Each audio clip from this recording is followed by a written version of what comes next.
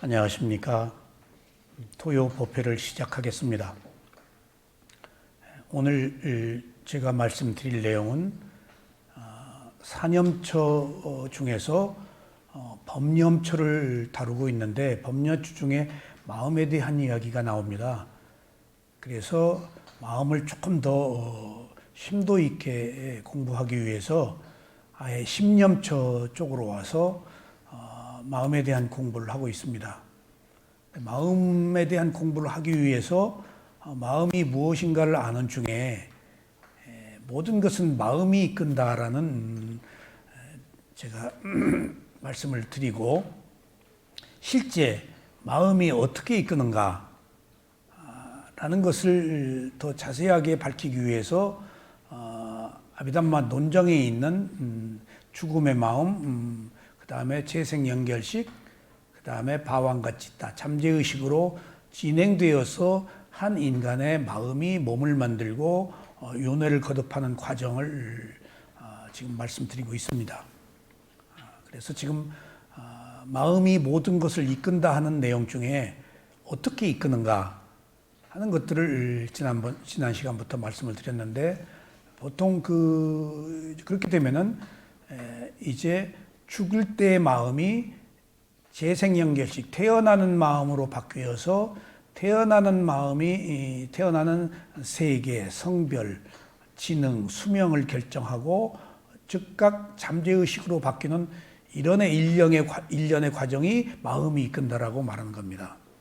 그래서 이제 마음이 이끈다고 할 때 필연적으로 태어나는 마음부터가 아니고 죽을 때의 마음부터 시작돼요. 그래서 지난 시간에는 죽음이라는 것을 네 가지 유형으로 살펴보았습니다. 첫 번째는 수명이 파괴된다, 수명이 소진한다, 그리고 수명이 그친다, 그러니까 생명이 다한다 했을 때 수명의 만료가 첫 번째입니다. 그러니까 명대로 타고 태어난 경우죠. 그러니까 부처님 경우는 80세에 판열반을 하셨죠. 수명대로 사신 것으로 알려져 있습니다. 부처님이 인간 수명의 3분의 2를 사신다라고 그러셨기 때문에 수명대로 산다. 그러니까 이제 저희 누님들이 가끔 전화가 와요. 어머니가 몇 살에 돌아가셨어. 그러니까 이제 자기 죽음과 우리 어머니 죽음을 비교하는 것 같아.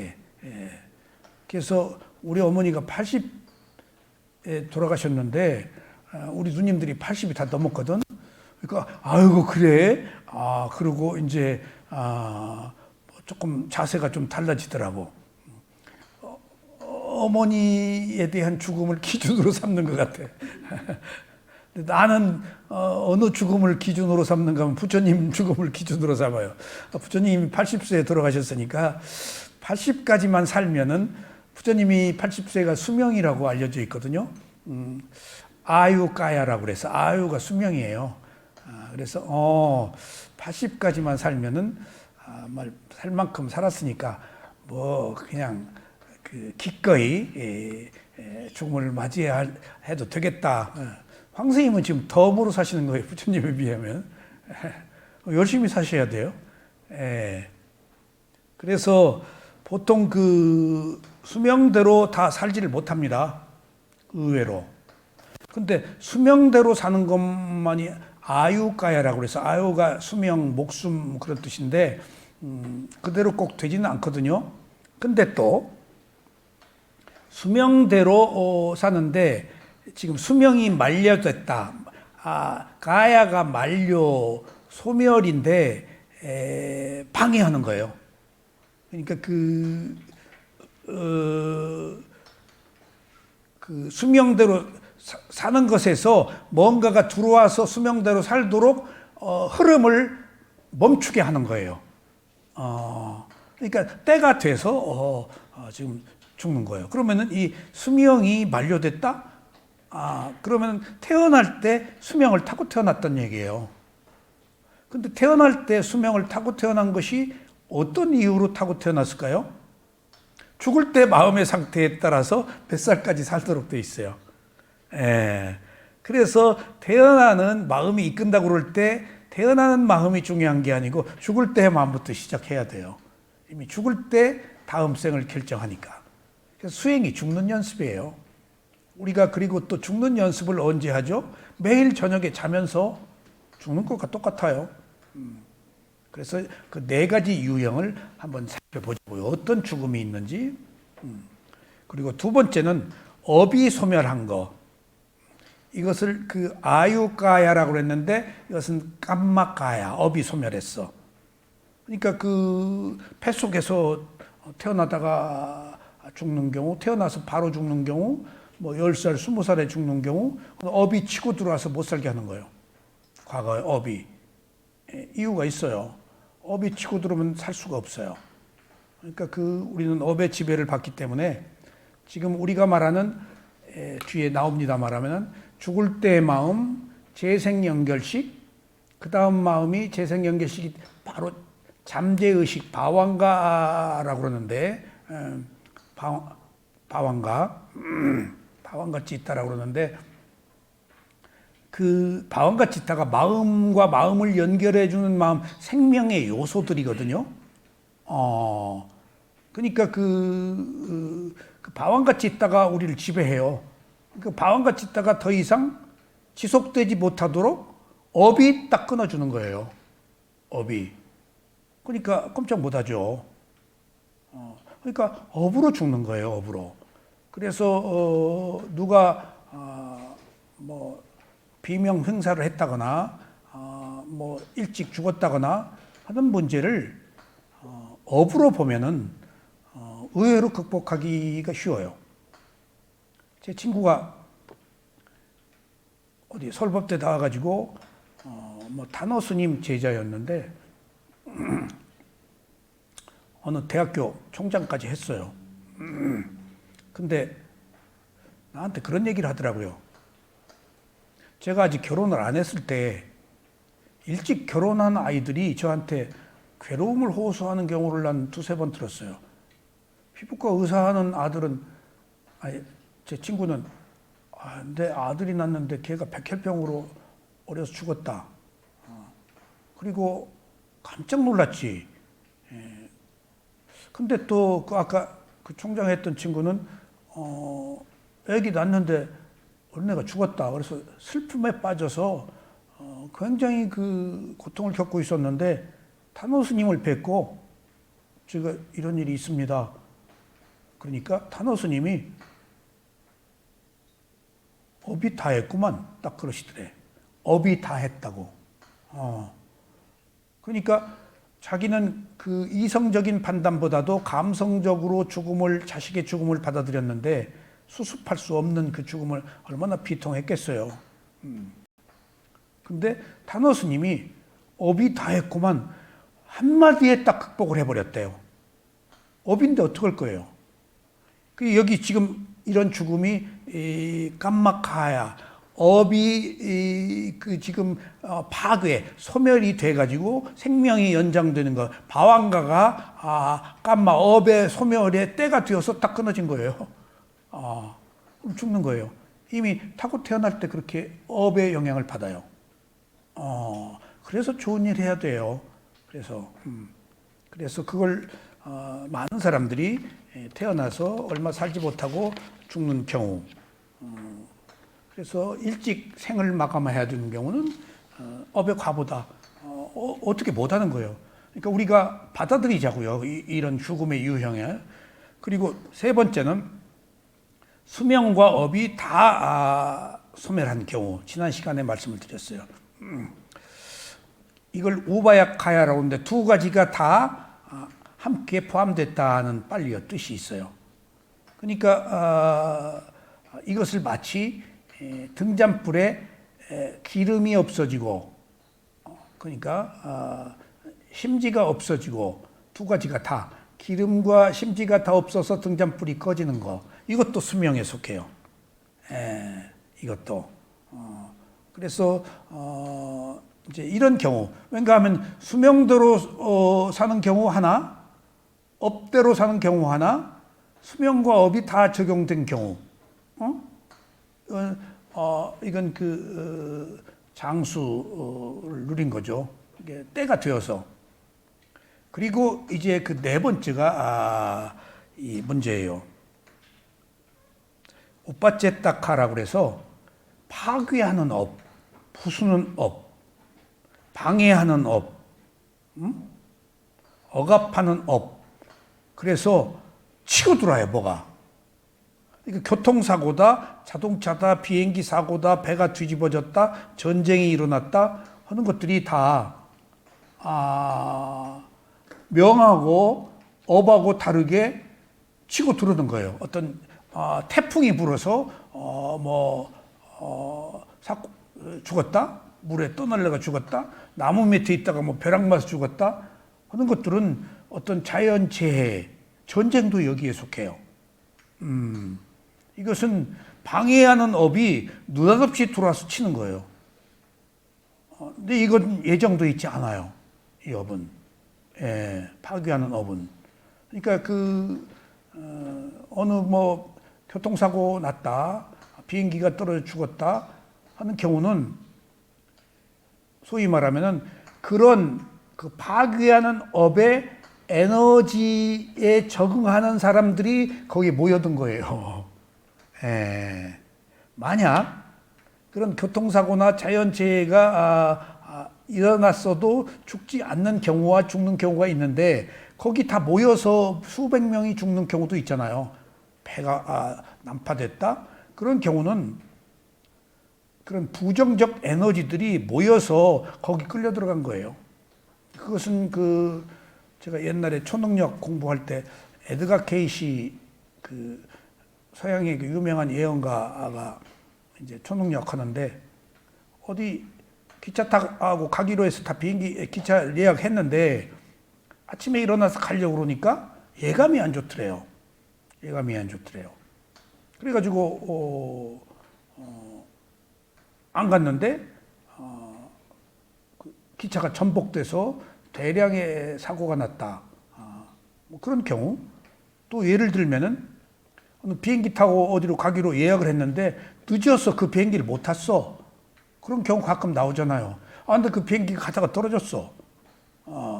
이런 경우는 이미 방해하는 업에 수명이 걸려 있는데 자기가 선업의 공덕을 쌓아서 빠진 거예요. 자기가. 그러니까 이렇게 뜻하지 않은 죽음. 근데 여기 레이디 사야도께서 여기 질병도 거기에 속한다. 라고 그러셨다고 그래요. 그러니까 질병들. 그래서 이런 모든 것들이 파괴하는 업에 의해서 우린 죽는다.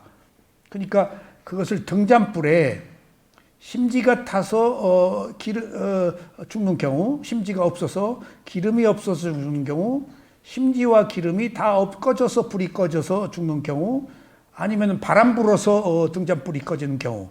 바람 부르는 게 이제 파괴하는 업이에요.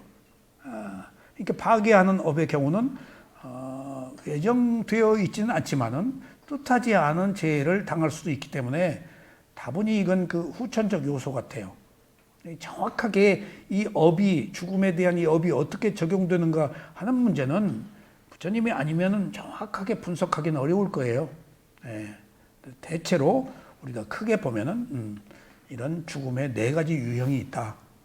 죽음의 이런 유형을 이제 먼저 안 뒤에 오늘은 죽음의 순간, 이제 본격적으로 마음이 이끈다고 그럴 때 죽을 때 순간이 재생연계식, 다음 생을 결정하니까 그럼 오늘은 이제 새로 시작하는 것은 죽음의 순간, 죽음의 마음, 쭈띠 찌따라고 그래서 죽음의 마음을 한번 공부를 해보시겠습니다. 그러니까 이제 죽을 때 마음이, 죽을 때 직전의 마음이, 죽을 때 마음을 만들고 죽을 때 마음이 대상을 향해서 자화나 강력하게 충돌을 일으켜서 부딪혀가지고 재생연계, 그때 대상이 생겨서 표상이 딱 떠요. 그리고 태어나는 마음, 재생연결식, 그 다음에 재생연결식이 태어나는 세계, 성별, 수명 모든 것을 결정하고 즉각 잠재의식으로 바뀌어요. 방황가로. 그리고 그 방황가가 계속 생명의 요소들이 업의 과보로 생기는 거예요. 방황가가 과보심이에요. 계속 유지되다가 또 딱 죽을 때 마음을 만들어요. 방황가가. 그러니까 그 살면서 또 온갖 잠재의식들이 생겼을 거 아니에요. 그 연장선상에 있어요. 이게 원인과 결과로 진행되는 거예요. 계속. 그런데 우리가 죽음의 마음을 여기서 굳이 자세하게 알아야 되는 이유는 죽을 때 살던 순간에 방황과 잠재의식의 영향을 받아서 죽음에 받아놓은 밥상처럼 죽지 말고 잠재의식이 있더라도 내가 선택할 수 있다고 죽음의 마음을. 죽는 순간에 호흡을 알아차린다든가 무슨 좋은 그 법문을 듣는다든가 하는 경우들.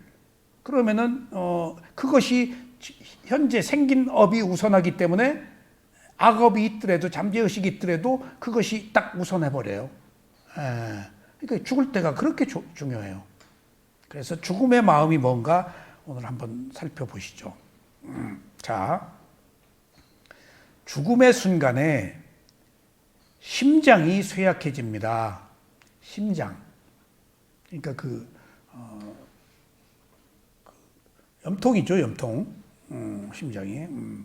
거기 심장에서 펌핑을 해서 피를 분별해주고 마지막에 몸이 생명을 다할 때 온도 차가워지고 심장이 먹거든요.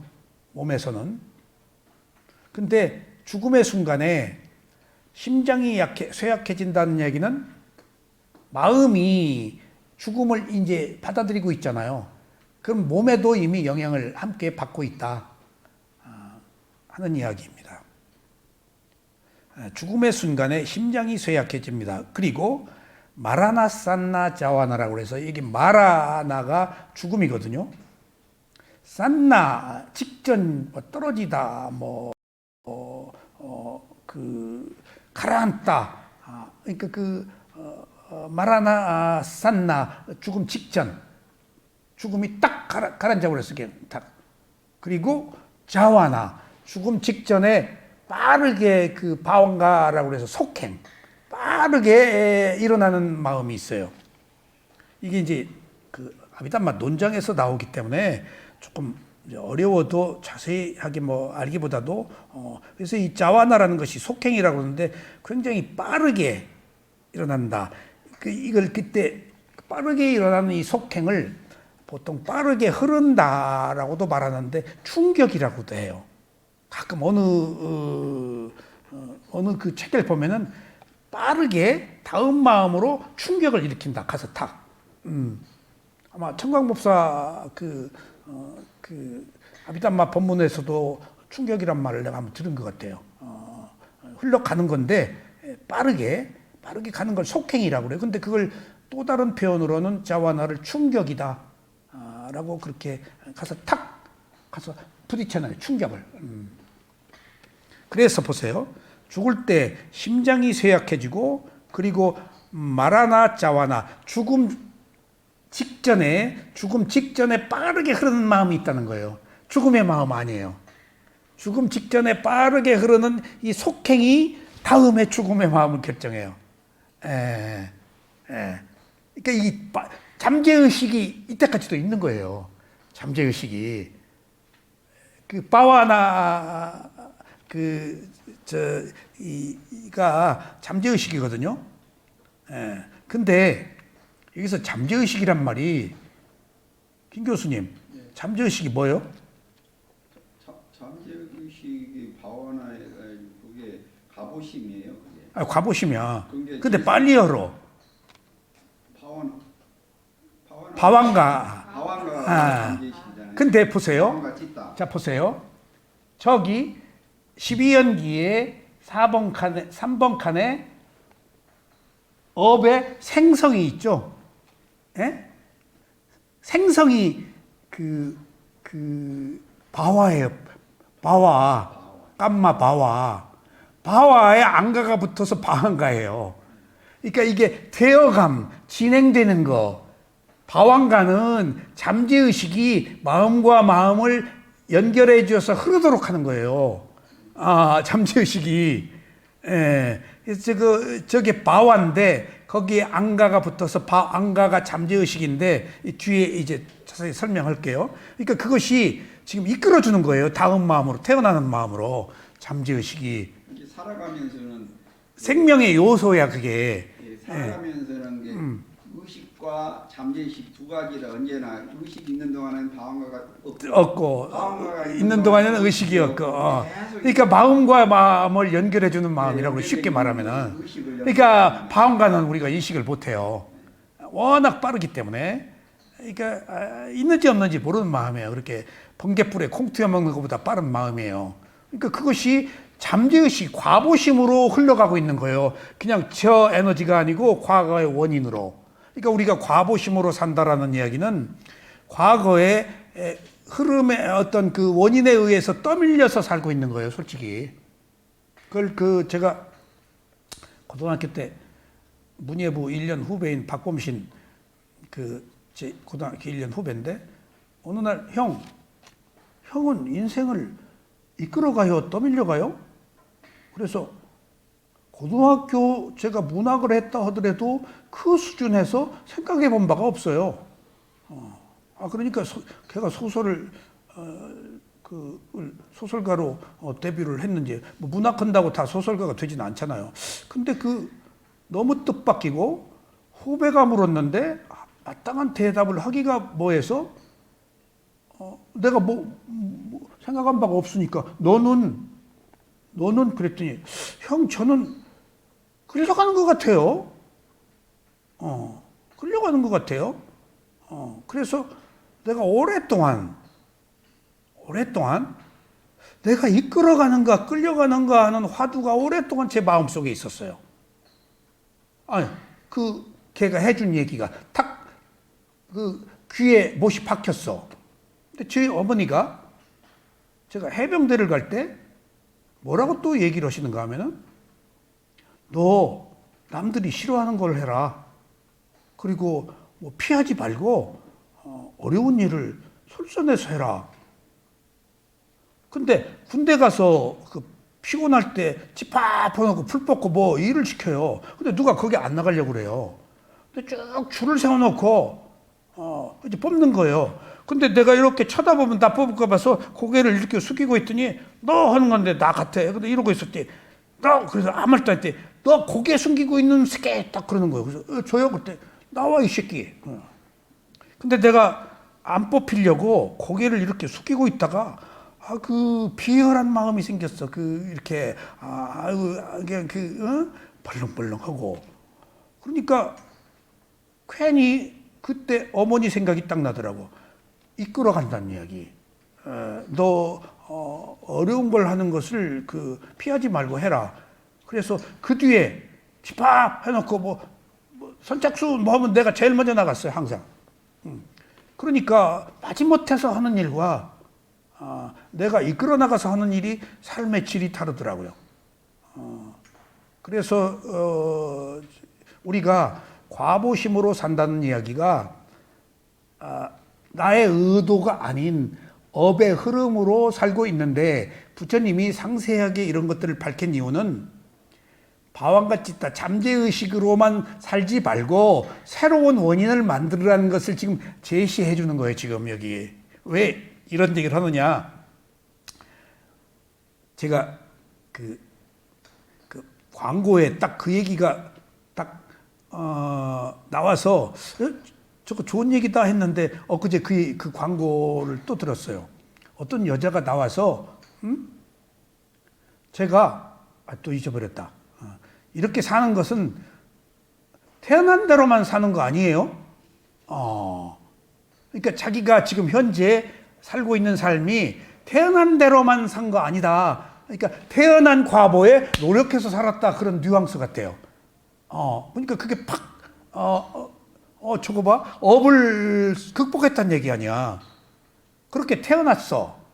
근데 태어난 데에다가 노력해서 지금 자기 위치를 끌어올렸다는 얘기야. 내가 태어난 대로만 산 거 아닙니다.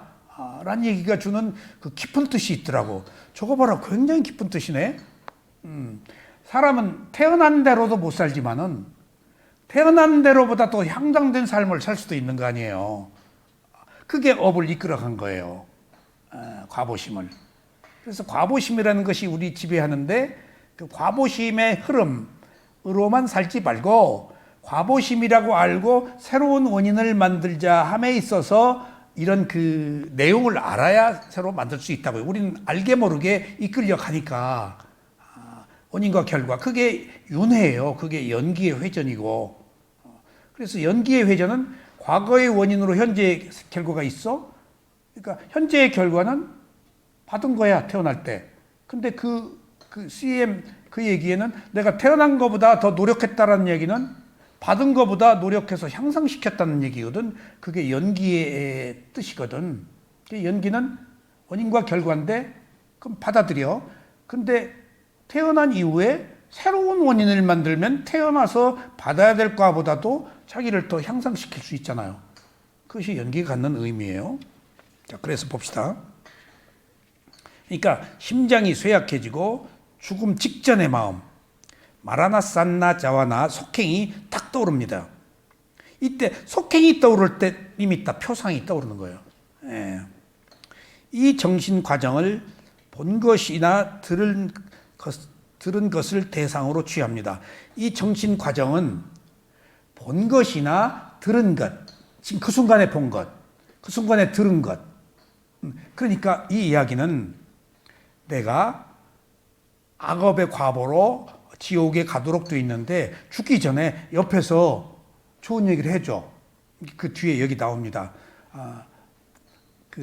부땅사라낭 가차미, 땀망사라낭 가차미, 상캉사라낭 가차미, 그래가지고 상캉사라낭 가차미 해가지고 딱 천신으로 태어났다는 얘기가 여기 있어요. 이게. 그러니까 그 들은 이야기, 속행이 있는데 그 속행이 죽음의 마음을 결정하는데 대상이 떠오른단 말이에요. 표상이. 그때 딱 뭔가 개입해서 딱 그 좋은 속행이 딱 뜨도록 하면은 죽을 때 마음이 좋아져 버리는 거예요. 예정돼 있는 죽음이 아니고. 그래서 제가 이 문장을 세심히 살펴봤어요. 이 정신 과정은 죽음 직전의 마음의 속행이에요. 본 것이나 들은 것을 대상으로 취합니다. 그때 받아들이는 거예요. 대상으로. 죽을 때 울지 말아야 돼요. 조용히 해야 돼요. 그래서 미얀마의 경우는 이야기를 해준대요. 어머니 좋은 일, 살아서 좋은 일 했던 거 기억하게 해준대요. 그리고 가사를 미얀마는 불교 국가니까 스님에게 보시를 올리는 것을 아주 좋아하는 국민들이니까 가사를 이렇게 손대게 어머니 이 가사 어머니 돌아가시면 어느 스님에게 올릴게요 라고 해서 기쁘게 해준대요. 그게 이제 죽음 직전의 마음이 대상아 가서 충돌하도록 이렇게 여기 자완하니까 속행으로 빠르게 충돌하도록 부딪히는 거예요. 충돌. 그러면 죽음에 한번 쭈띠찌 있다가 그 마음을 받아들여서 재생 연결식으로 가니까 지옥 갈 사람이 이제 개과천선하는 거지. 그런 과정을 설명하는 거예요. 혹은 그러니까 본 거나 들은 것을 대상으로 취하고 혹은 시각적 대상이 눈으로 보는 시각대 마음의 문에 꿈처럼 떠오를 수 있습니다. 시각적 대상이라는 여기서 표상을 말하는 거예요. 꿈처럼 떠오를 수 있습니다. 마음의 문. 이 마음의 문이 의문, 오문정양 뭐 의문이 있잖아요. 마음의 문이 생명의 연속심이라고 해서 이게 바왕가예요. 잠재의식이에요. 바왕가는 전생이 임종시 무르익은 업에 의해서 유지되는 과보심의 흐름이다. 바왕가 과보심이잖아요. 이렇게 계속 흘러가. 그러니까 죽을 직전에 본 것이나 들은 것을 대상으로 취하고 혹은 시각적 대상의 바왕가가 의문이 이제 그 마음의 문에 꿈처럼 떠오를 수 있다. 바왕가가 어떤 그 표상으로. 그래가지고 꿈처럼 떠오른 그 표상이 가래에 빠져가지고 그 표상으로 딱 가버린다는 거예요. 나중에 나와요. 세 가지 이 조건이 대상에 가서 부딪혀요. 세 가지. 그러니까 너무 그 내용이 리얼해서 조금 그 이해가 좀 쉬워서 제가 지금 이 교재를 선택한 겁니다. 그래서 마왕가가 어떤 꿈처럼 딱 떠오를 수 있습니다. 그 마음은 꿈처럼 딱 떠오를 때 바왕가는 잠재의식이잖아. 과보심이잖아. 그럼 욕망이 있다고. 그래가지고 그 바왕가의 잠재의식이 욕망이 있기 때문에 탐진치가 과보심이니까 무명과 가래를 가지고 태어난 게 과보심이니까 가서 그 딱 가래를 가진 때 대상에 딱 빠져 들어가 가지고 그 마음이 죽음의 마음을 결정하는 거예요. 혹은 빠져들고 혹은 그 대상으로 인해 공포를 느끼며 동요를 느낄 수도 있다. 그러니까 좋은 대상일 경우에는 빠져들고 안 좋은 대상일 때는 공포를 느끼지. 죽을 때. 그러니까 어떤 그 상이 뜨느냐 죽음 직전에 거기에 따라서 좋은 현상들이 있겠지. 그러니까 두려움 안 좋은 게 떴어. 지옥불이 보였어. 어쨌어. 오면은 뭐 좋겠어요. 빠르게. 싫어하지? 그럼 동요하고 혼란한단 말이에요. 혼란한 의식이 죽음의 마음으로 전해져서 다음 생이 결정된다는. 그러니까 여러 가지 유형이 있죠. 지금 여기 대상에 빠져든다. 혹은 그 대상으로 인해서 공포를 느끼며 동요할 수도 있다. 그런 뒤에 이런 일련의 과정을 거친 뒤에 쭈띠찌따라고 하는 죽음의 마음. 이 쭈띠찌따를 죽음의 마음이라고 하는데 제가 아비담마 논장을 제일 처음에 어디서부터 공부했는가 하면은 그 네덜란드 마음은 이렇게 움직인다. 미얀마에서 공부하신 그 서양 여자가 아비담마 논장을 써머리 해가지고 굉장히 쉽게 쓴 책이 있어요. 그러니까 그 최초의 아비담마 논장은 제가 그 책으로 몇 번을 봤어요. 그 뒤에 이제 강목 스님이 그 아비담마타 쌍카 그걸 번역해서 보고 그 뒤에 여러 가지 이제 법문도 듣고 했는데 듣고도 잊어버려요. 복잡해서 숫자들이고 그리고 수행자가 꼭 그걸 알아야 될 이유는 없어요. 교학자들은 이해하기 위해서 꼭 필요한데 그러니까 저는 수행 쪽이기 때문에 듣긴 들어도 또 잊어버려요. 근데 그래가지고 죽음의 마음이라고 그랬는데 그때 거기서는 사몰심이라고 했어요. 처음에는 제가 죽음의 마음을. 근데 쭈띠찌따를 죽음의 마음 사몰심, 한문으로는 사몰심이라고도 해요. 요새는 이제 조금 우리말을 많이 쓰니까 사몰심을 쓰기보다, 사몰심이 틀린 말은 아니에요. 사전에 있더라고요. 사몰심이라고. 쭈띠찌따를. 근데 지금은 죽음의 마음이라고 하면 조금 이해가 쉽겠어요. 그러니까 그런 죽음 직전에 속행이 있은 뒤에 이제 그런 것들의 요소들을 죽음의 마음으로 떠오른다. 그와 동시에 그와 죽음의 마음이 딱 생겼어. 빠르게 49일 동안 어디가 있는 게 아니고 빠르게 업에서 생겨난 물질이 생성을 멈춥니다. 죽음의 마음이 딱 생긴 순간 몸도 마음도 생성을 멈춰. 앞에 얘기했잖아요. 여러 가지 유형에. 에?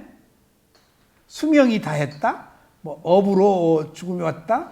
무슨 죽음과 업과 수명이 통합 함께 해서 명대로 살았다. 아니면 어떤 재해나 전쟁이나 교통사고나 이런 걸로 천둥 쳐가지고 무슨 그 벼락 맞았다 하는 여러 가지 그 파괴하는 업이 치고 들어와서 자기 생명을 파괴하는. 그러니까 그 순간 죽음의 마음이 딱 생기는 순간 업이 끊어지고 업의 수명이 끊어지고 몸의 수명이 끊어지고 마음이 수명이 끊어지는 세 가지 단계의 과정을 거쳐서 한 생의 죽음이 마감된다. 그 얘기예요. 이런 일련의 과정을 통해서. 그래서 빠르게 죽는 거예요. 그럼 빠르게 죽었다는 얘기는 뭐지? 그 마음이 어디 가서 며칠, 몇 분 머물지 않고 빠르게 사라졌다는 이야기는 빠르게 어디 가서 태어났다는 얘기예요. 순간적으로 잠시도 머물질 않아요. 빛의 속도보다 더 빠르게 뚝딱 하면 벌써 태어나 버려요. 그러니까 어디 가서 뭐 며칠 머물다. 그러니까 이제 이것은 그 기독교에서는 연홍영혼이라고 그래서 얼마 동안 어디 가서 뭐 스탠바이 하고 있다가 선택한다라는 건데 아마 그게 인간들에게 조금 위로가 됐든지 그 훨씬 기독교보다 먼저 생긴 몇백 년 먼저 생긴 불교에서는 이런 말이 절대 없는데 티벳 밀교에서 중엄신이라고 그래서 뭐 49일 동안 마치 그 연옥영혼처럼 어디 있다 간다 하는 이야기는 나중에 새로 만드는 후대 부처님의 가르침이 아니고 만드는 교리예요. 아비담마 논장의 이론이야 하면 그럴 수가 없어요. 그건 아비담마 논장을 이해하지 못하기 때문에 빠르게 모든 것들이 결정돼요. 그게 잠재의식, 방황가를 모르기 때문에 그런 얘기가 가능해요. 그래서 여기서 심장 박동이 멈추었다고 죽었다고 판정하는 것은 충분치 않습니다. 여기서 난다말라 스님이 얘기하는 것은 이런 그 일련의 과정을 거쳐서 죽는 것에 대한 내용보다도 여기서 얘기합니다. 죽었다고 죽은 게 아니다 하는 얘기에 또 포커스가 맞춰져 있어요. 여기서 심장 박동이 멈추었다고 죽었다고 판정하는 것은 충분치 않습니다. 혼수 상태에서도 마음은 거기 있습니다. 그러니까 바꿔 얘기하면은 그 산소호흡기를 뺀다. 그 다음에 내가 더 이상 고통을 받지 않고 죽기를 원할 때 안락사를 시킨다. 라는 얘기가 현대 사람들에게 회자되고 있는데 저는 이런 기본적인 이론의 바탕에서 그런 것들을 그렇게 못 받아들이겠어요. 왜냐 하면은 뇌사 상태에 빠진 사람도 죽기를 싫어한대요. 마음은 있대요. 죽음을 거부한대요. 그리고 사람들이 산소호흡기를 빼느냐 마느냐 하는 문제가 윤리적 문제이기도 하지만은 그거 마지막에 산소호흡기 하지 말아라. 내가 유언을 하고 공증을 써도 아무 소용없어요. 자식들이 그 거부하면은 자식들한테 선택권이 있어요. 그리고 그런 거 공중 효력도 없어요. 의사들이 그런 거 전혀 싫어해요. 나중에 재판 걸리니까 의사들이 재판 걸리는 거 두려워하잖아요. 저도 누구 보고 이화홍 여사가 자기 산소호흡기 빼달라고 꼽지 말라고 저를 그 공증인으로 내세워서 변호사 만나봤는데 변호사가 꺼리더라고. 그리고 내가 가족도 아닌데 아무 의미가 없어요. 또 가족도 아닌 사람이. 근데 내가 자꾸 피할 수도 없고 해먹었어요. 본인은 원하고 자꾸 지금 딜레이하고 알겠습니다 그러고 그러고 만나 보니까 그렇게 알아보니까 간단치가 않더라고요. 공증서도 그 의미 없어요. 근데 제가 이 이야기를 왜 하는가 하면은 죽음 직전에 고통을 끊게 해주기 위해서 산소호흡기를 뽑고 안락사를 시킨다라는 것은 일종의 살인이라고 보는 것은 아직 안 죽었잖아요.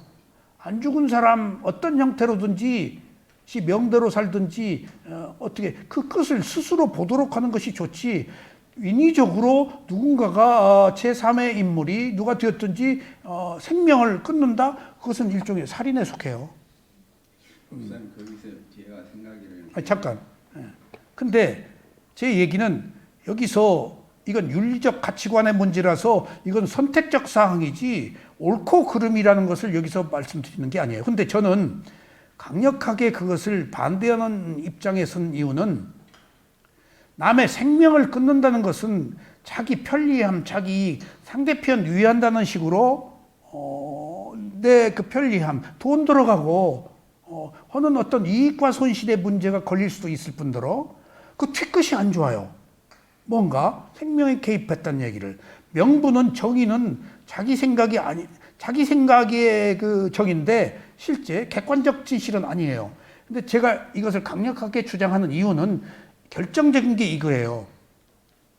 그 사람이 고통을 겪는다고 해서 반드시 고통스럽게 죽느냐? 저는 절대 아니라고 보기 때문에 그런 얘기를 해요.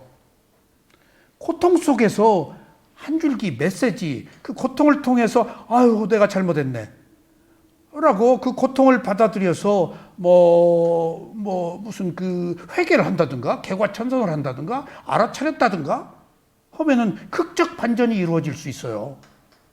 제가는 수행을 했기 때문에 수많은 고통들을 겪었다고요.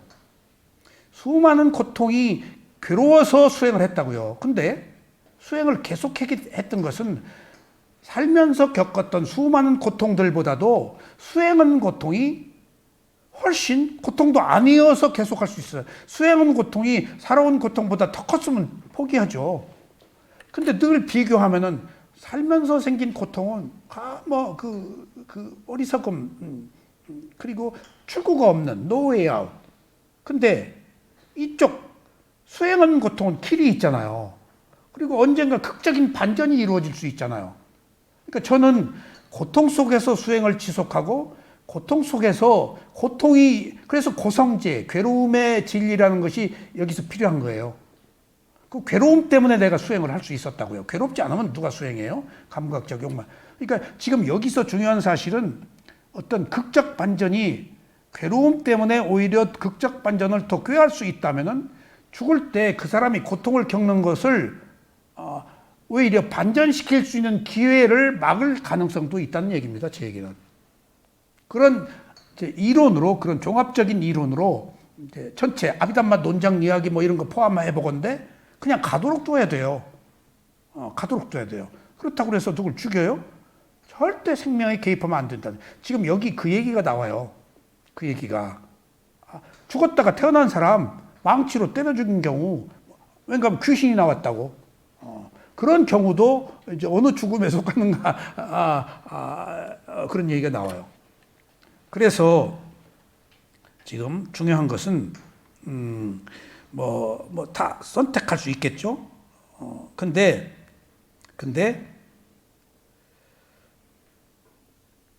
혼수 상태의 상태에서도 마음이 거기 있다는 거예요. 마음이. 근데 이건 여러,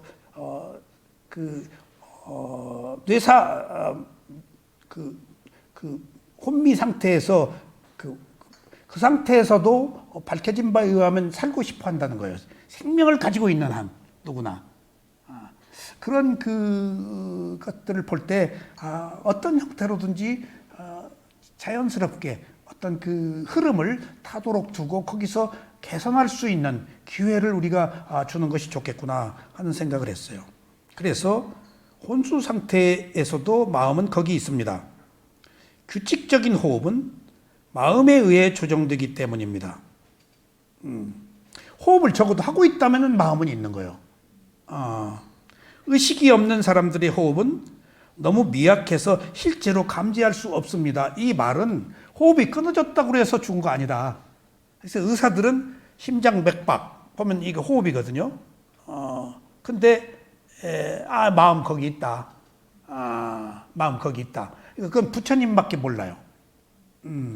그래서 전통적으로 며칠씩 3일장 한다, 며칠장 한다, 죽었다 깨운 사람들이 있으니까 그건 모르겠습니다만은 그런 경우들이 있거든요. 그러니까 지금 죽음에 대한 기준을 죽음의 마음이 아니야. 죽음에 대한 기준이 아직 안 죽었다는 얘기예요. 예. 그러니까 심장이 정지되었다, 호흡이 멈췄다 해도 죽은 건 아니다. 그러니까 저도 몇막을 수행할 때 처음에 몸에 느낌이 딱 사라지더라고요. 몸에 느낌이 없어요. 몸이 집중이 됐다는 얘기죠. 근데 조금 있다가 호흡이 아랫배에서 제가 그때 마시에서 보던 호흡이 처음으로 탁 가슴으로 올라와요. 호흡이. 이거 봐라. 가슴의 호흡은 제가 본 적이 없어요. 몸이 다 없어졌어요. 고하고 새털처럼 가벼운 호흡이 있는데 그때 제 느낌은 참기름 발랐어요. 미끌미끌. 호흡이 그 어떤 압박, 압력이 있거든요. 밀고 당기는.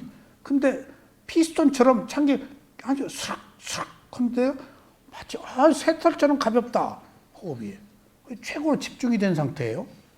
그러더니 배에 있던 호흡이 가슴으로 툭 올라와. 근데 배는 명칭을 붙였기 때문에 일어남, 거짐, 일어남, 거짐. 일정한 속도로 유지됐는데 가슴으로 턱 올라오니까 몸이 요구하는 호흡이야. 턱, 턱, 턱. 아랫배보다 훨씬 빨라. 원래 우리 호흡은 빨랐는데 명칭을 붙이면 느려져요. 그래서 그렇게 피곤했던 거예요. 내가 끌었어. 명칭에 호흡을 맞춘 거야. 호흡에 명칭을 갖다 붙인 게 아니고 명칭 붙이다 보면 염부로 여는 게 느려져요. 박자가. 그러니까 거기 맞추다 보니까 몸이 그렇게 피곤했던 거예요. 허구한 날 그걸 몰랐어요. 저녁 되면 깔아지고. 근데 탁 올라와서 가슴에서 보니까 일어나 꺼졌다. 조금 속도가 빠르더라고. 이거 봐라. 가슴에 호흡이 있네? 호흡이 싹 사라져 버렸어. 그래서 죽었나? 이렇게 해봤어. 그때 있어? 호흡이 없어. 그래서 이렇게 해봤어. 이렇게 꼬집어봤어. 근데 감각이 또 있네? 안 죽었네. 처음 경험했으니까 놀랐지. 그래서 또 봤어. 그런데 호흡이 또 나왔어. 또 보니까 또 없어졌어. 3번이나 그랬어요. 3번이나. 그 얘기를 우자틸라 사유도한테 내가 얘기를 했더니 우자틸라 사유가 딱 특별 지도를 하더라고요. 딱. 그 뒤부터 모르겠어. 나는 몰랐는데 다른 사람들이 우자틸라가 법문하시면서 잘 졸아세요. 인터뷰하면서도 졸고. 근데 딱 그 얘기를 듣더니 앞으로 탁 나오더니 나한테 뭐라고 하는데 나는 기억도 없어요. 인터뷰 때 그런 얘기를 했거든요. 그래가지고 바꿔 얘기해도 그때 내가 호흡이 멎었느냐 이 얘기예요. 호흡이 멎은 게 아닌데 미약해서 호흡을 하는 것을 못 느끼는 거예요. 그래서 호흡이 사라졌다라고 그러는 거예요. 그래서 나중에 쇠오민 사여도한테도 갔을 때도 호흡이 사라졌습니다. 마시에서는 알물 해라, 아는 마음을 해라. 근데 쇠오민에 갔더니 호흡이 안 사라졌다. 왜 사라졌냐? 3년을 계속 안 사라졌다 그러는 거예요. 마시는 사라졌다 그러고 아는 마음을 보라 그러고. 이거 아주 사람 죽어 이거. 그 산길을 헛들은 것처럼 수행은 그런 그 여러 가지 과정들이 다 필요합니다. 그러니까 스승에 따라서 그러니까 또 보고 그래서 의식에 수많은 겹이 있는 줄 알아요. 의식이 보고 또 보고 또 있다 그러면 또 보면 또 있고. 그러니까 이제 좀 수행 방법이 달랐던 거예요. 그런 의미에서 마시와 달리 쇠오미는 체계적이지 못했던 거예요. 찌따 누파사나에 관한 특별한 메소드는 아주 훌륭했지만은, 그러니까 3년간 사라졌어도 안 사라졌다 하니까 또 보고, 그러니까 나중에 3년 됐을 땐 화가 나더라고요. 끝까지 사라졌는데 안 사라졌다 그러고, 또 보고. 그래서 내가 쇠오민 사회도한테 3년 만에 호흡이 사라졌습니다. 그러니까 호흡은 안 사라진다. 여기 지금 안 사라진다. 여기 느끼지 못할 뿐이지 안 사라진다는 것은 교학의 이론이에요. 그래서 내가 집중이 돼서 안 보인다라는 얘기예요, 그게. 그래서 화를 벌컥 냈잖아요. 사라졌습니다. 하고 신경질을 팍 냈더니, 정말 몇 년 동안 너무하네. 그랬더니, 쇠오민 사도가 이렇게 울끔 나를 보더니, 그 비구니 스님 보고, 왜 이렇게 큰 소리를 치냐고, 이제 그러는 것 같아. 그러니까 이제, 그 통역이 저 우조띠까 삐꾸가 호흡이 사라졌다고 지금 그런데 그걸 인정을 안 하니까 그렇습니다 하고 인터뷰를 하더라고. 그러니까 그때서야 쇠오민 사도가 그때 아는 마음을 봐라 하더라고요. 그래서 그때 이제 3년 전에 아는 마음, 노팅한 그걸 워칭하는 거, 그것을 마시에서는 알미라고 그러고 쇠오민에서는 아는 마음이라고 하는, 이게 다 마음의 새로 생긴 마음, 다 그게 잠재의식들이에요. 그러니까 의식, 잠재의식이 교차하면서 계속 진행되는 여러 가지 유형의 마음들이에요. 그러니까 마음의 하나에 소속되어 있는 것이 이 의식이 있는 마음과 잠재의식. 의식이 있는 마음은 여러 가지 종류가 있잖아요. 탐진치, 관용차의 지혜, 선심, 불선심. 거기에 또 선과보, 불선과보의 잠재의식이 함께 붙어 있는 거예요. 둘이 교차하면서. 이 마음을 어떻게 못해요?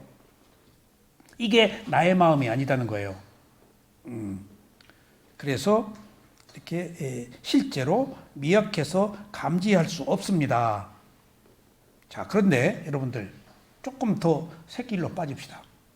기왕 하는 길에 이제 양주댁이 왔으니까 좀 중요한 얘기를 또 한번. 위파사나 수행이 내관적 지혜, 그러니까 바꿔 얘기하면은 지혜 수행이거든요. 있는 대로 봐서 몸과 마음의 느낌을 있는 대로 봐서 무상고무화를 라는 지혜를 얻는 수행이라서 내관적 지혜, 자기 몸과 마음에서 얻을 수 있는 지혜인데, 위파사나 수행을 지혜 수행이라고 하는데, 위파사나 수행의 기본적인 완성 단계를 5가지로 구분하는 걸 제가 들었어요. 주석서에서 찾아냈어요. 근데 얼마나 많은 의문이 풀렸는지 몰라요. 아, 이게 이렇게 중요한 얘기였는 걸 몰랐구나. 근데 5가지 단계가요. 잘 들어보세요. 위파사나 수행이 5가지 단계로 이루어진다는 거예요.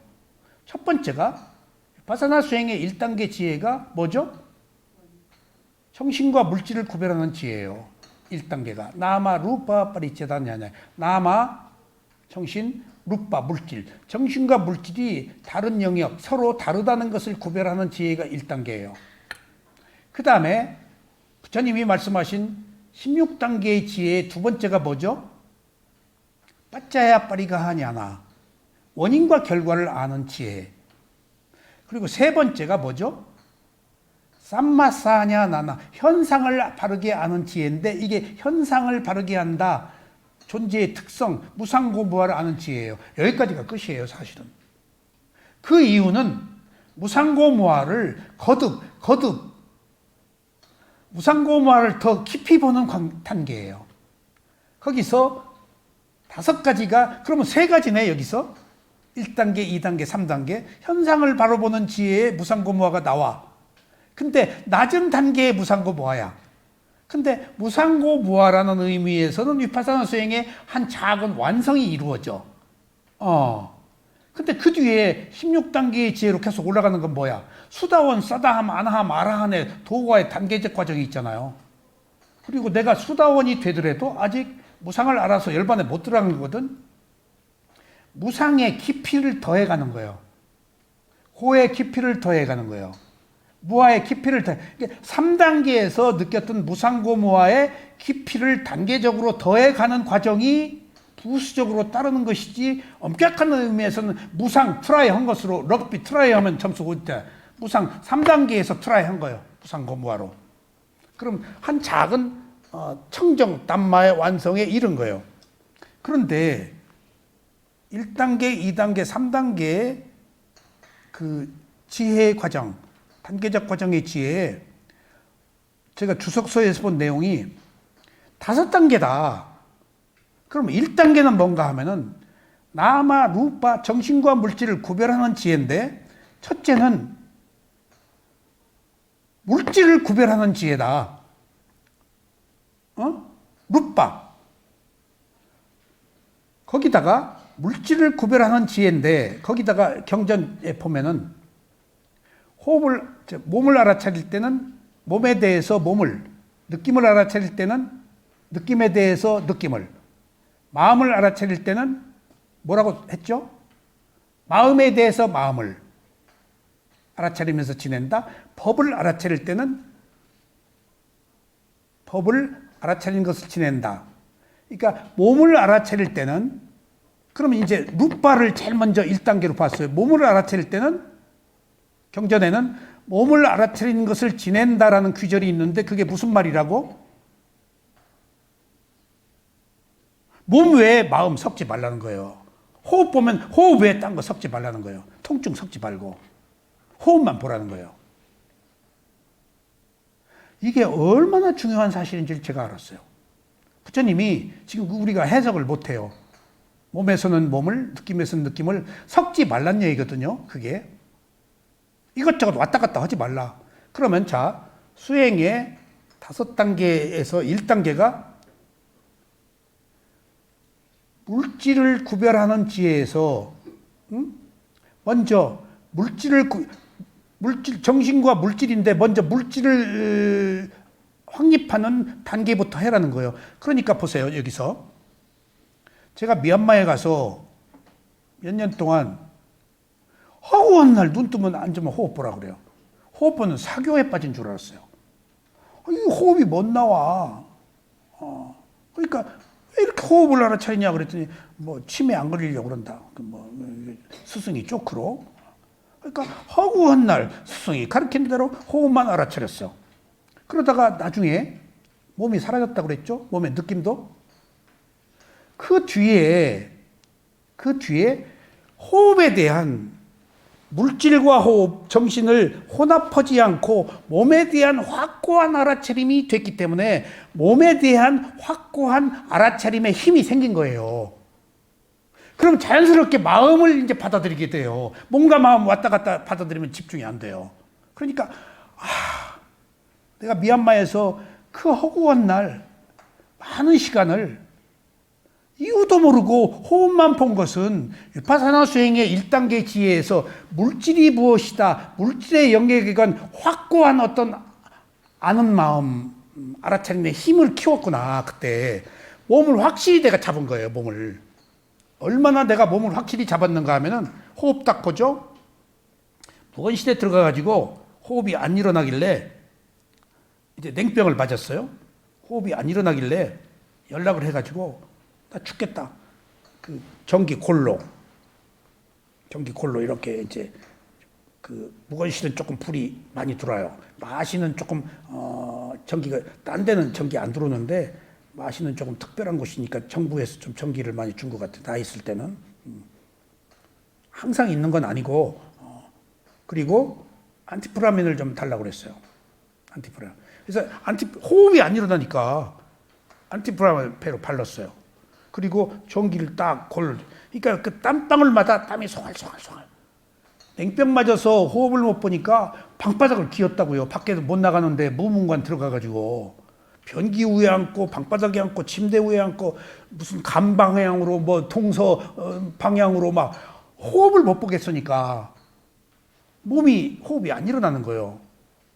그러니까 다 골로를 쐬니까 방울 그 세포마다 일어났더니 호흡이 슥슥 일어나는 거예요. 얼마나 그 호흡이 얼마나 맛있었던지. 근데 딱 이제 유리 상자에 내가 투명한 유리 상자에서 내가 일어나고 꺼진 호흡을 면밀하게 보듯이 내 호흡을 그대로 다 볼 수 있었어요. 여기서 일어나고.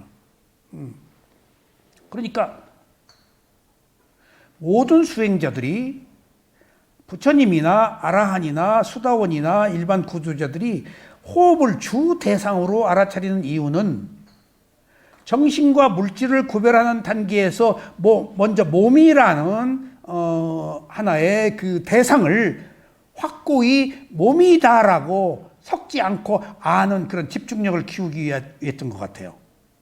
이야, 허구한 날 호흡을 본 것이 필요했어요. 그러니까 그 스승들의 가르침을 그대로 받아들였기 때문에 수행을 계속할 수 있었던 거예요. 단계적으로. 그래서 그러면 두 번째는 뭐야? 첫 번째는 호흡, 몸이죠. 두 번째는 나마, 정신. 그러니까 이제 물질, 몸의 호흡을 볼 수 있으니까 정신은 미약하나마 몸이 아닌 몸과 함께 있는 그 마음을 보는 힘이 생긴 거예요. 두 번째 단계가.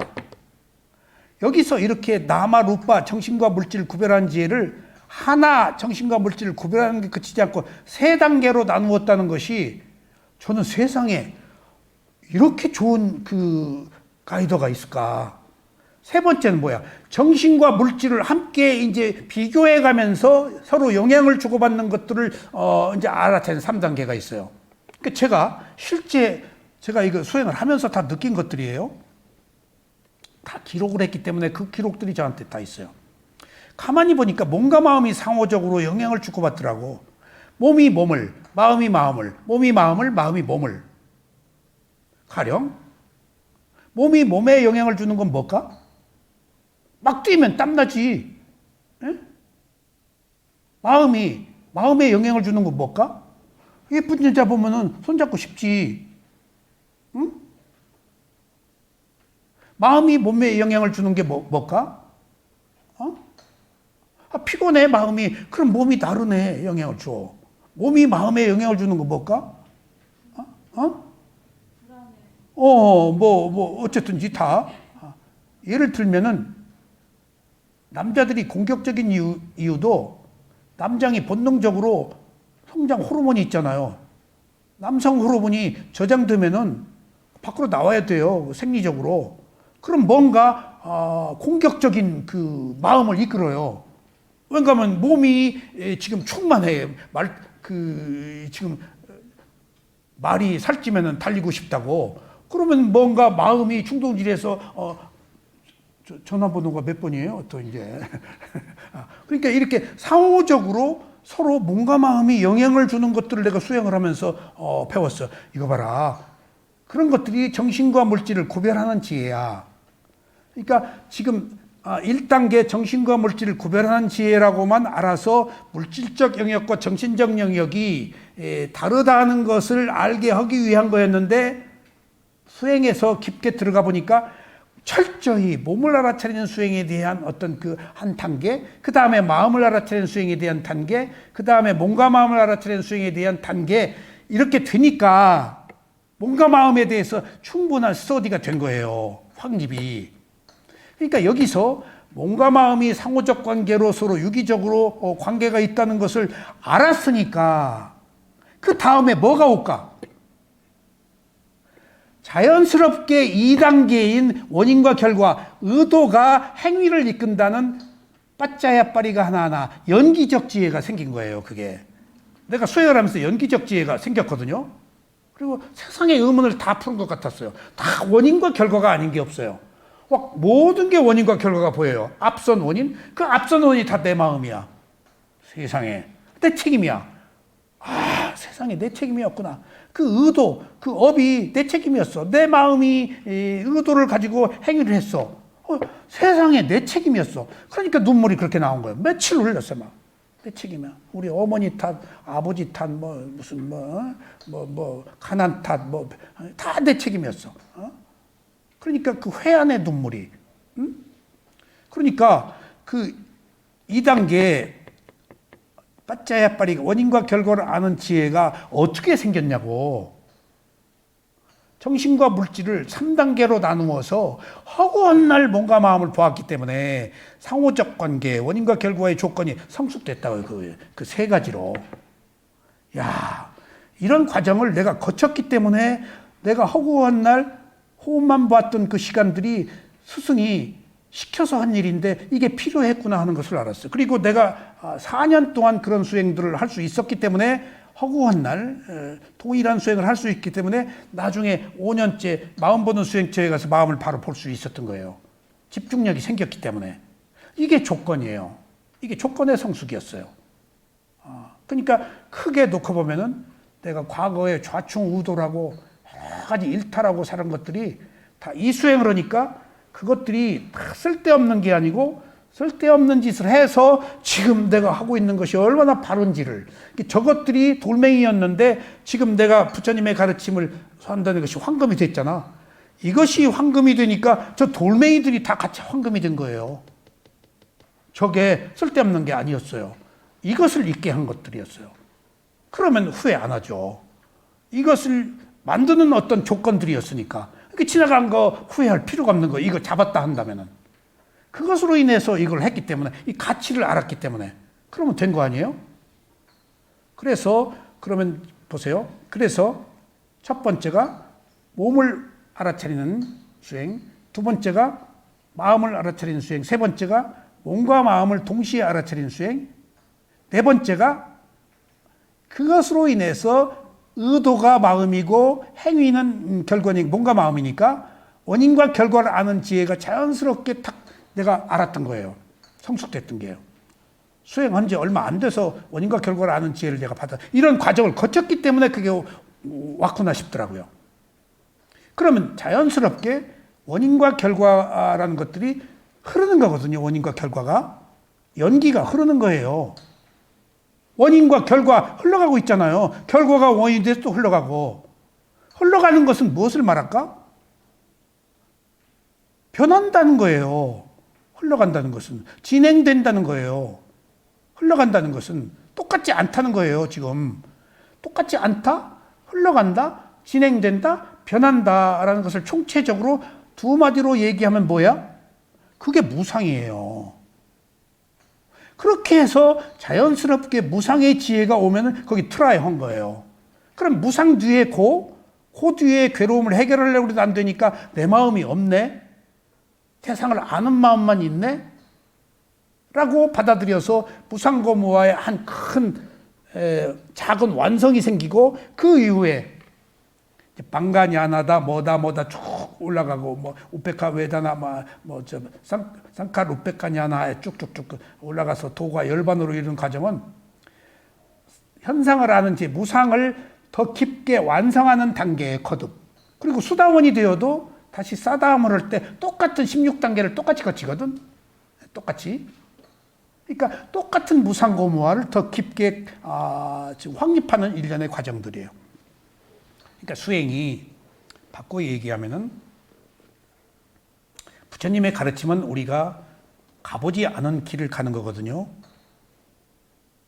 근데 우리는 가보지 않은 길을 가보지 않았기 때문에 그대로 따라가려고 하지 않아요. 자기 길을 가려고 그러지.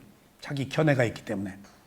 그래서 주석서에서는 가보지 않은 길은 반드시 스승의 가르침에 의해서만이 갈 수 있다. 스승의 가르침 없으면 못 간다. 가보지 않은 길을 스승의 가르침 없이 가려면 굉장히 우회하고 힘들고 멀리 간다. 돌아서 간다. 그리고도 못 간다. 근데 스승의 가르침대로만 가면은 빨리 가고 쉽게 해결하고 간다. 그래서 계속 처음부터 이 수행을 할 때 스승의 가르침 없이 누구도 이 깨달음을 얻을 수 없다는 얘기를 계속 강조하는 것은 부처님이 체험한 이야기를 스스로 부처님만 스스로 갔다라는 사람은 붓다라는 의미예요. 안욕다라 삼막삼보리가 스스로 깨달음을 얻은 자, 위 없는 깨달음을 얻은 자란 말이에요. 붓다라는 뜻이 그러니까 최고의 바람일 공덕으로 오랜 기간 동안 선업을 닦아서 스스로 찾는 것은 붓다가 아니면 안 돼요. 붓다가 아니면 벽지불만 돼요. 근데 벽지불은 법을 못 펴잖아요. 그래서 스승의 가르침이 중요한데도 스승의 가르침을 누가 따르냐고요. 그래서 의문이 들고 그래서 의문을 풀어주는 게 인터뷰거든요. 그래서 제가 이렇게 보면은 스승의 가르침대로 따른 사람은 시간표대로 한 사람은 제대로 인터뷰를 한 사람들은 바르게 가는 걸 다 봤어요. 근데 거기서 자의적인 해석, 판단, 자기 견해, 남의 얘기로 막 섞어버리면 절대 백코스하거나 한 대로 헤매요. 절대 그러면 안 돼요. 절대 그러면 안 돼요. 다 정신세계는 모르고 얘기를 해요. 절대 수행에 관해서 스승이 아닌 사람하고 대화 못 하도록 해요. 자기 아르마리로 얘기하기 때문에 다 자기 견해로 자기도 모르고 얘기를 해요. 누가 알고 얘기한 줄 아세요? 아비담마 논장에 근거한 얘기가 아니면 다 모르고 얘기하는 거예요. 그러니까 누가 얘기를 하면 아비담마 논장이나 니까에 대비해보아서 거기서 벗어나면 부처님 가르침 아닌 거예요. 근데 그게 아니다 기다 바른 길로 갈 수 있는 길 아닌 길을 우리는 판단 못해요. 그래서 제가 허구한 날 사교에 빠져가지고 시키는 대로 하면서도 의문이 들면서 계속했던 것이 내가 공덕이 있어서 일탈하지 않고 그대로 따라서 했구나. 그대로 따랐어요. 가끔 좌충우돌은 했죠. 남 앉아있을 때 경행하고 경행할 때 앉고 저 그랬었어요. 시간표들 안 하고 수행이 안 되니까 몸부림을 막 친 거예요. 그리고 수행을 거듭하면서 느낀 것은 시간표대로 하는 게 최고다. 많은 오랜 시간 동안 많은 사람들이 가장 바른 수행 코스로 이미 스승들이 만들어 놓은 거예요. 이게 재백사하고 시간표대로 하고 스승이 시킨 대로 해야 돼요, 이게. 그런 의미에서 시킨 대로 하는 사람이 선업에 공덕이 있는 사람이에요. 중불난 사람은 시킨 대로 안 해요. 그런 사람은 우회하고 그 길을 못 가요. 그래서 제가 정신과 물질을 구별한 지혜, 원인과 결과를 아는 지혜, 현상을 받는 본지혜 세 개를 정신과 물질을 세 단계로 나눈 것들이 오랫동안 몸보는 수행에서 철저히 몸과 마음을 나누어서 알 수 있었던 것들이 얼마나 필요하고 주요했는가. 그리고 몸을 호흡을 알아차리는 수행이 모든 수행자들의 주 대상으로 삼은 이유는 먼저 물질을 확실히 알아차려야 돼요. 지금 어디 지금 집중 수행척 하신 분이 매일 인터뷰를 저하고 하는데 그분이 노팅을 아는 마음의 상태를 봐요. 그러니까 아는 마음의 상태에 딱 아는 것을 아는 마음에 가면은 몸으로 오기 싫어요. 우선 이것이 조금 수승한 수행 방법처럼 느껴요, 내가. 딱 이먹고 관조하니까. 제가 그렇게 3년간 수행을 하다가 쇠오민 사야한테 뭐라고 들었잖아요. 몸이 중요하다. 왜 몸을 소홀히 하느냐? 그 얘기 듣고 다시 몸 보는 수행처로 다시 7년 만에 또 갔잖아요. 예. 그래서 몸과 마음을 균형되게 보는 수행을 그때 다시 또 새롭게 균형을 맞췄어요. 그러니까 이렇게 딱 들어보니까 딱 아는 마음을 가지고 있어. 그래서 내가 인터뷰에 몸으로 알아. 몸으로 알아. 몸이 중요하다. 라는 이야기를 한 이유는 모든 구도자들이 주 대상을 호흡에 삼는 이유는 땅을 딛고 서 있는 현재의 몸에 흔들림이 없는 확실한 대상에 기초할 때 다른 대상을 볼 수 있다는 거예요. 그래서 호흡은 밥이라고 그래요. 그리고 다른 대상은 반찬이라고 그러고. 그러니까 기본적으로 우리가 밥을 먹고 살아야 되기 때문에 주 대상인 몸의 호흡은 수행을 이끌어 나가는데 어느 상태에서나 기본이 되어야 한다. 그래서 주 대상인 거예요. 그리고 몸을 확실히 몸 하나만으로도 호흡 하나만으로도 몇 년을 알아차린 듯 간에 그것을 얼마나 확립할수록 다음 단계 수행이 단계적으로 가능하다라는 것들을 제가 알 수 있었어요. 그래서 스승이 시킨 대로 해야 되는 거구나 하는 것들을 새삼 제가 깨달았어요. 그러니까 그 주석서에 정신과 물질을 세 단계로 나누어서 본다는 얘기가 제가 또 몸을 알아차리는 수행에 대한 새로운 눈을 뜨게 했어요. 아셨어요? 자, 이제 또 본론으로 들어갑시다. 그렇다면 이제 아까 심장이 멈췄다고 그래서 호흡을 끝났다고 그래서 죽은 게 아니다. 마음은 있다. 그렇다면 언제 정말로 사람이 죽었다고 결론을 내릴 수 있습니까? 단지 심장 박동이 멈추었다고 판정하지 말아야 합니다. 심장 박동이나 수음이 없더라도 죽었다고 확신할 수 없습니다. 단지 의식이 없는 상태일 수 있습니다. 혼미한 상태, 명쾌하지 않은 상태, 마음은 있다는 거예요, 의식은. 응? 그래서 의사들이 사망 진단할 때 뇌 보잖아. 근데 온도까지 봐야 돼. 뇌. 근데 뇌가 안 심장 안 뛰어도 마음이 거기 있대. 그것은 마음이 아직 있는 것은 부처님밖에 못 봐. 그런 경우 경전에 나와요. 아직 안 죽었다. 부처님이. 초능력이 있는 아라한들은 봐요. 아직 안 죽었다고. 자, 그래서 삼장 주석서에 따르면은 사람은 세 가지 요소가 완전히 갖추어졌을 때 죽었다고 말할 수 있습니다. 그러니까 죽음을 판단하는데 한 가지로 판단하지 말아라. 세 가지다. 첫째, 생명작용. 그러니까 아유라고 그래서 아루지윗다. 그러니까 몸과 마음의 생명이 있잖아. 몸과 마음의 생명이 수명의 보호를 받고 있는데 몸과 마음의 생명이 아위, 수명. 몸과 마음이 수명의 보호를 받아서 가고 있어. 근데 죽음에 이르렀을 때 거기서 보호받는 것이 멈춰. 그래서 생명이 그 보호를 받다가, 수명이 보호를 받다가 때가 되어서 멈춰. 배터리가 다 방전이 돼버린 거야. 그러면 죽는 거야. 아시죠? 때가 되어서. 그러니까 억울해 하지 마. 때가 된 것은 기꺼이 보내야 돼. 둘째,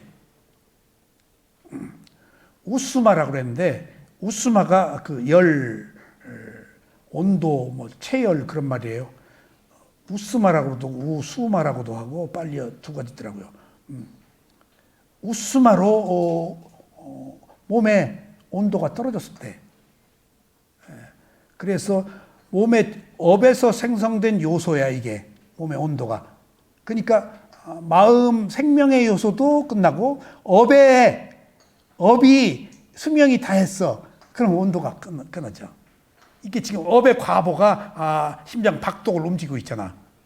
근데 업의 과보가 끝났어. 그러면 몸의 온도가 그때 식어. 그래서 그 몸의 온도가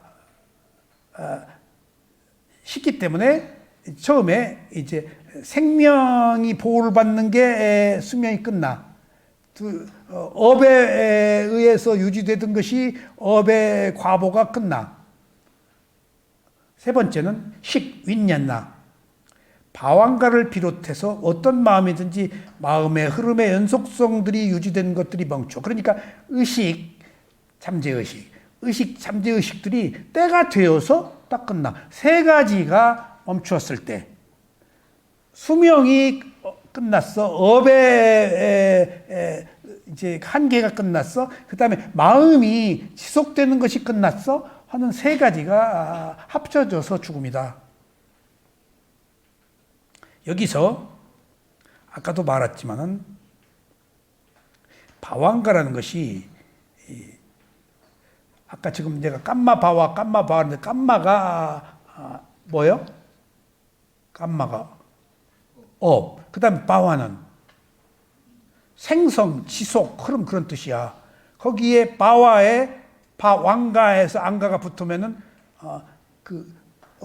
이렇게 그 어떤 흐르는 그 어떤 그 요소들이야. 이게 마음이 흐르는 요소들. 그래서 이건 생명의 연속성이라고 그래. 잠재의식을, 방황가를.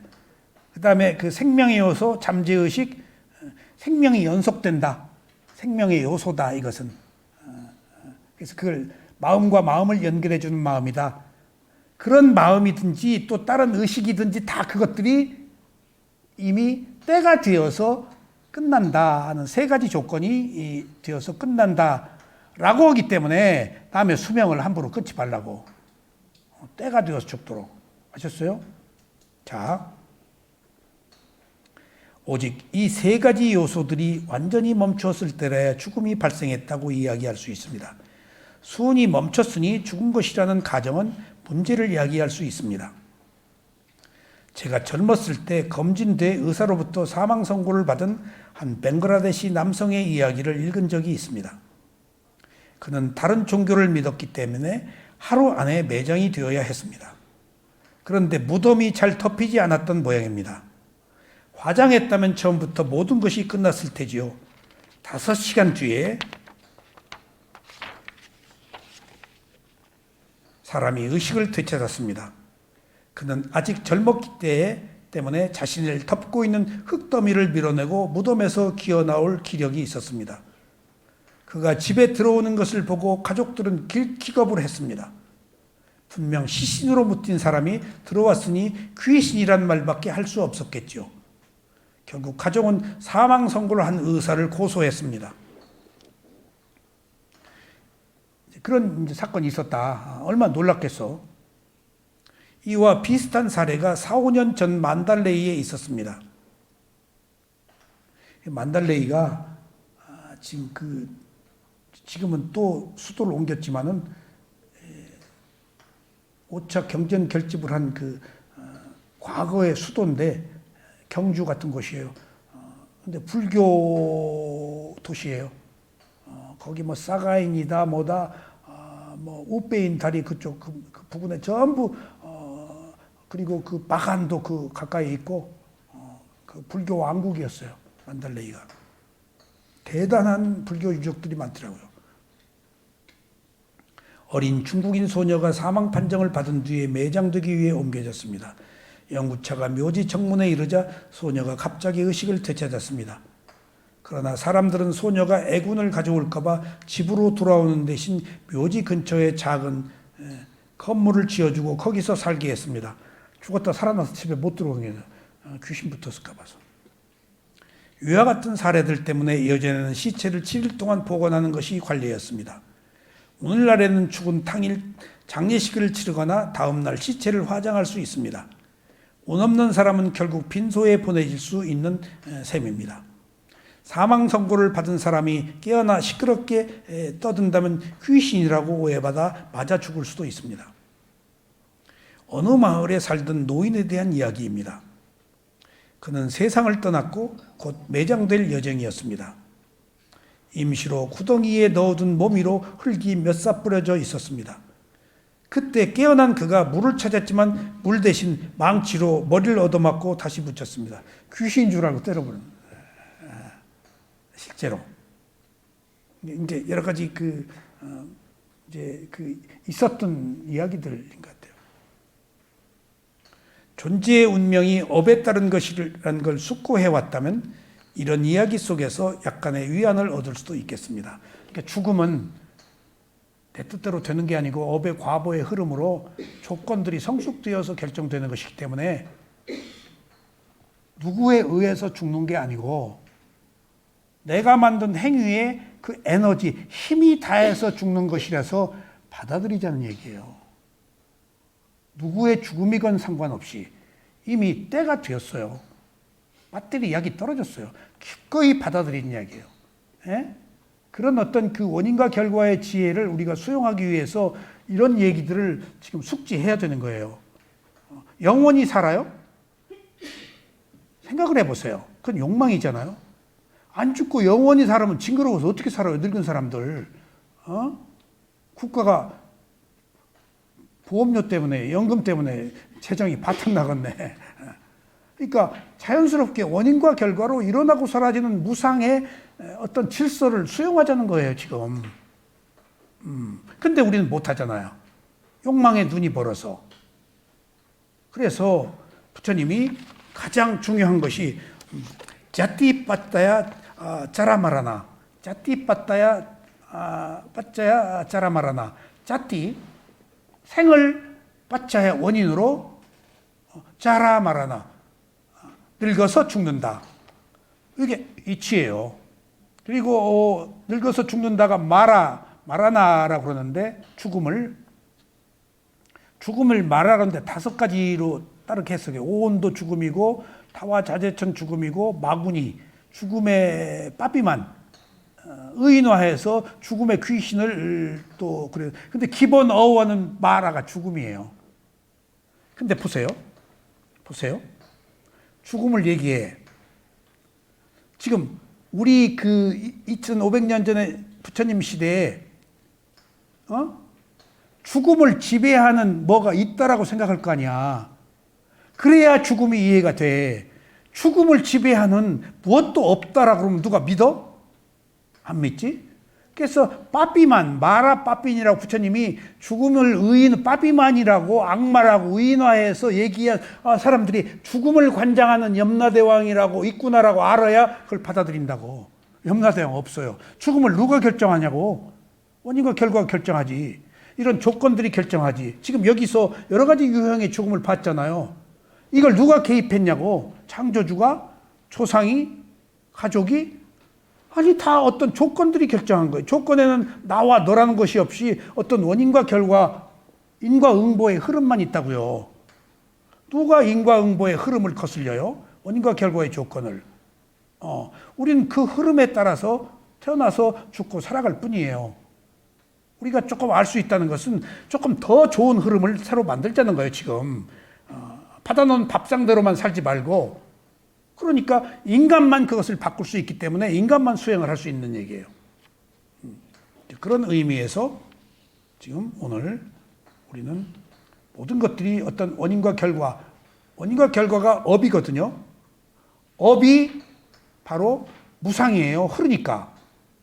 그러니까 원인과 결과다, 업의 과보다, 무상고무하다 하는 것들이 다 동의어예요, 사실은. 태어나서 늙어서 죽는 것도 다 업의 흐름의 하나의 일환 속에 있을 뿐이야. 이게 현상계의 질서란 얘기예요. 이게 겸허한 마음으로 우리가 지금부터 오늘이라도 죽을 때가 됐으면 죽겠지 라고 받아들이자고요.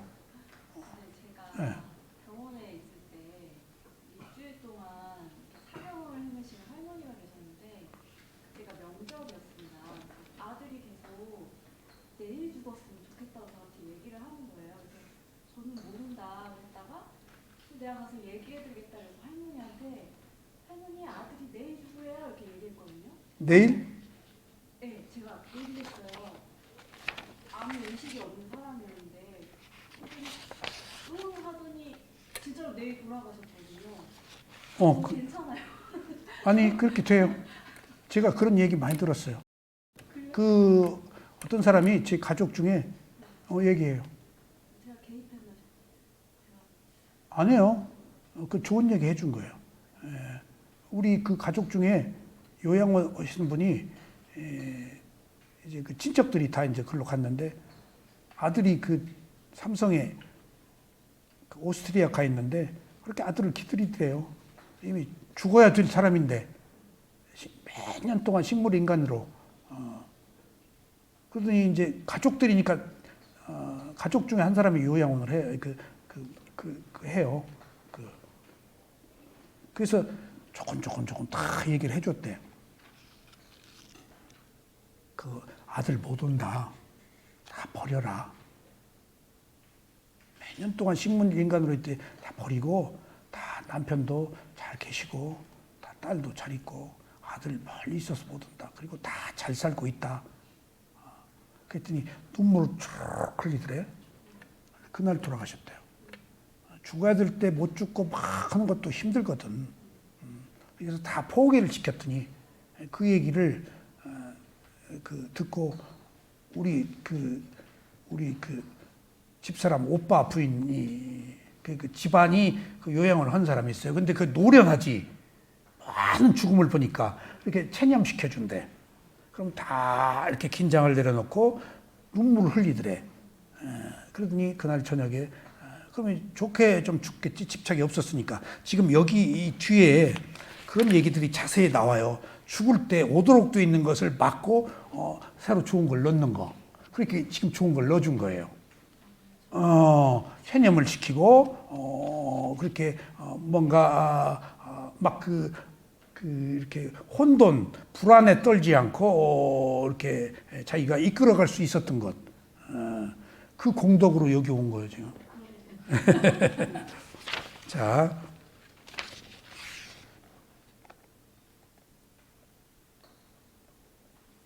시간이 얼마나 됐어요? 네? 넘었어. 이제 다음 시간은 죽을 때 벌어지는 추첨 행사인데 이제 싹 바꿀 수 있어. 그때 뭘 어떻게 해주느냐. 그래서 제가 늘 이런 죽음에 대해서 하는 얘기가 잘 없거든요. 근데 그 나는 살고 싶다. 나는 무엇인가? 라마나 마하리시 인도 스승 계시잖아요. 유명한. 예. 그 글에 그게 나와요. 어머니 돌아가실 때 다 물리치고 둘이 혼자만 들어갔어. 그리고 나서 어머니 운명하고 어머니 잘 세상을 뜨셨다고. 그러니까 둘이 아들하고 어머니하고 아들이 임종을 했는데 거기 무슨 의식이 있었겠지. 그 힌두교 뭐 성자라고 하시는 분이니까 가령 무슨 주문을 외웠다든가 따뜻하게 얘기를 했다든가. 그러니까 그 사리불도 자기 어머니 돌아가시기 전에 어머니 돌아가시기 전에 가정으로 못 돌아가게 돼 있거든. 빅구가 되고 부처님한테 승낙받고 일주일 동안 가 있었는데 그때 가사 벗고 갔어요? 입고 갔어요? 그 모르겠네. 이렇게 그 가정으로 가도록 안 돼 있는데 어머니 때문에 특별히 허락해 줘. 어머니는 괜찮아. 예. 어머니의 죽음은 자식이 가서 준비하도록 돼 있어. 그런 것들이 죽을 때 가령 아름다운 그 음악을 들려준다든가 자기가 좋아하는 개송을 외운다든가 뭐 기억을 하게 한다든가 하는 얘기들이 다음 시간에 나와요. 아셨죠? 자, 오늘 여기까지 마치겠습니다. 감사합니다.